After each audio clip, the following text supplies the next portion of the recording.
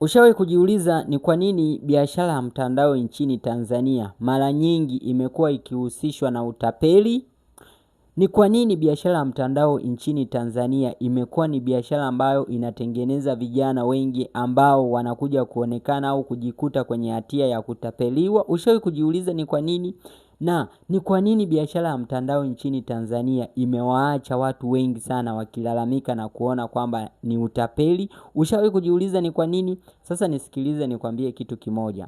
Kwanza, biashara ya mtandao inafanywa na watu ambao wanajielewa. Watu ambao hawajielewi, hii biashara wanaifanya kinyume na misingi. Biashara ya mitandao ina misingi yake. Misingi yake usipoifanya inakuwa ni scam, ni pyramid scams. Ukifuata misingi inakuwa ni biashara ambayo ni legal business na inasaidia watu wengi sana. Nilichokigundua, hii biashara ya mtandao ninayoizungumzia mimi ninaijua na ninaielewa vizuri zaidi. Nimejifunza muda mrefu, ninaijua vizuri zaidi kuliko hata pengine wengine ambao wananisikiliza, ila ninajua hata wewe unajua, ila kuna kitu nataka nikuongezee hapo ili uelewe kwa nini biashara ya mtandao inaonekana kuwa ni biashara ambayo ni haramu. Kwanza tuje, kwa nini nimeamua nizungumze hivi? Nimeamua nizungumze hivi baada ya kukutana na taarifa ambayo kuna vijana Iringa wamesaidiwa na polisi, walikuwa wanatapeliwa. Ni nini? Ni biashara hizo za mitandao. Sasa zimeonekana kuwa ni kero kubwa kwa Tanzania. Kwanza, hizi biashara, kwa nini watu wanatapeliwa? Watu wanatapeliwa kwa sababu hawajui. Kingine, watu wanatapeliwa kwa sababu wanaambiwa kitu ambacho sio kweli. Kingine, kwa nini watu wanatapeliwa? Wanatapeliwa kwa sababu hawataki kujifunza. Iko hivi, kwenye biashara ya mtandao wanatapeliwa kiaje? Ni hivi, unaambiwa kwamba kuna kazi. Unaenda lile eneo ambalo umeambiwa kuna kazi. Na kumbuka, mtu unapoenda, unaposikia kazi, akilini mwako kunakuja nini? Mshahara. Mshahara unaambiwa mshahara mnono. Je, utakataa?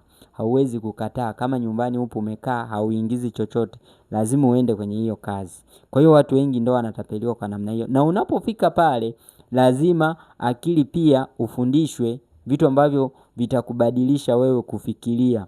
Utaanza kufikiria na kuamini matumaini kwamba ipo siku utafanikiwa, lakini kimsingi biashara ya mtandao haiko hivyo. Sema tu ukweli huwa hauzungumzwi, lakini biashara ya mtandao haiko hivyo. Kwa nini? Biashara ya mitandao kuna mambo matatu ya kuzingatia. Jambo la kwanza kubwa kabisa ni lazima uelewe kwa nini unaifanya ile biashara, kwa nini umechagua kuifanya. Jambo la pili, lazima uelewe ni akina nani ambao unafanya nao biashara. Jambo la tatu, ni lazima uweke msingi kwenye ile biashara. Haya ni mambo matatu ambayo ukiyaelewa vizuri, utaelewa biashara ya mtandao ni nini. Cha kwanza, biashara ya mtandao huwezi kufanikiwa kwa kuuza bidhaa, haiwezekani. Biashara ya mtandao utafanikiwa kwa wewe kuwa mtumiaji na wewe kutengeneza kundi la watumiaji. Sijui ninaeleweka? Yaani wewe umenunua bidhaa, baada ya kununua bidhaa na wewe utengeneze kundi lingine au wateja wengine ambao watakuwa wananunua bidhaa ile ambayo wewe umekuwa ukiitumia au bidhaa nyingine tofauti na ile, ila wewe wananunua sehemu ile. Nadhani hapo ninaeleweka vizuri sana. Sitaki kuingia kiundani. Kuna mambo ya msingi ambayo nataka niyazungumze kwa sasa. Kwa hiyo hizo ndizo sababu kubwa ambazo zinawafanya watu watapeliwe, na ninawaonya kwamba mtaendelea kutapeliwa sana, kwa sababu utapeli hauji kwa njia moja, unakuja kwa njia nyingi sana. Kwa maana hiyo ni lazima uelewe. Kitu cha kukusaidia ili ugundue utapeli kwamba huu ni utapeli, kwanza kuahidiwa mshahara mkubwa kuliko hata kazi unayoenda kuifanya. Kazi hujui unaenda kufanya nini, ila mshahara unakuwa ni mkubwa. Ukiona mshahara mkubwa kuliko kazi unayoenda kufanya, ujue hapo tayari ni red flag ya utapeli. Sawa? Kwa maana hiyo nini cha kufanya? Cha kufanya, jifunze, uelewe vitu ambavyo vinafanyika. Halafu kingine cha kuzingatia zaidi, biashara hii ni lazima ujue ni akina nani ambao utafanya nao. Sasa wewe unajua kabisa wewe, ndugu zako au saiko yako inayokuzunguka hata tu ile 50,000 hawawezi wakaja kukuchangia. Ukimpigia mtu naomba 20,000 au 50,000 inakuwa ni changamoto. Leo unaenda kuanzisha biashara ambayo ni ya milioni 5, na hao wateja wako wa kwanza tunasema ni wale wateja ambao wanakuzunguka. Unategemea utafanikiwa? Hapana. Kwa hiyo kuna vitu vingine vya kujiuliza na kujipeleleza na kuchukua hatua. Sasa tunakuja hapa, hao vijana wanasaidiwa namna ya kurudi nyumbani. Ni kweli kabisa wasaidiwe, lakini swali ambalo mimi najiuliza, kwa nini wametoka nyumbani?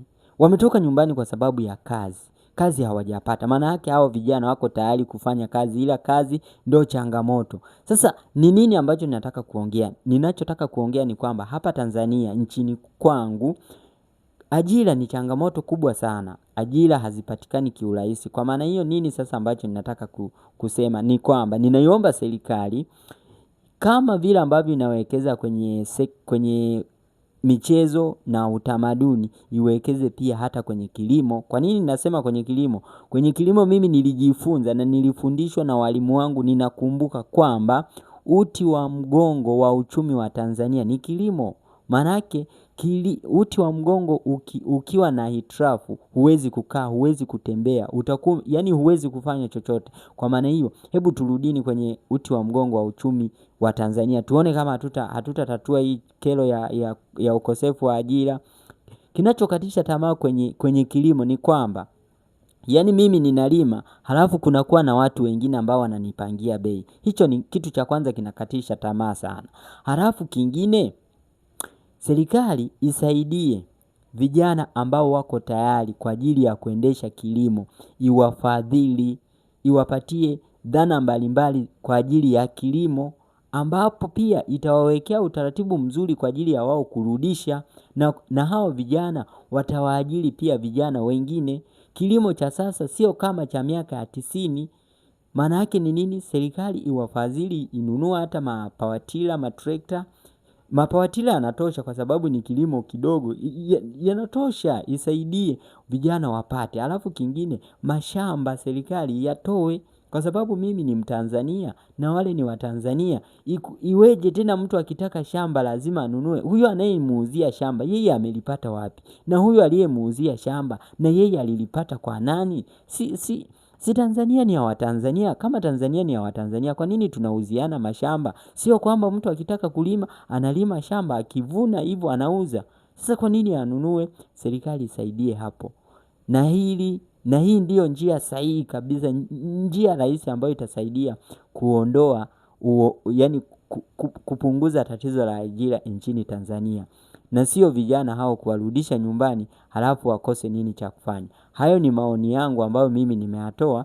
Kutofautiana mitazamo sio kugombana. Njoo tujadili, una hoja, njoo niulize nitakujibu, na sio kugombana. Halafu kingine, vitendo ndio kila kitu kwenye mafanikio ya kila mwanadamu. Kwa maana hiyo tuchukue vitendo kama tunataka taifa lenye ustawi, taifa lenye nguvu lililokuwa kiuchumi. Inawezekana kupitia vitendo.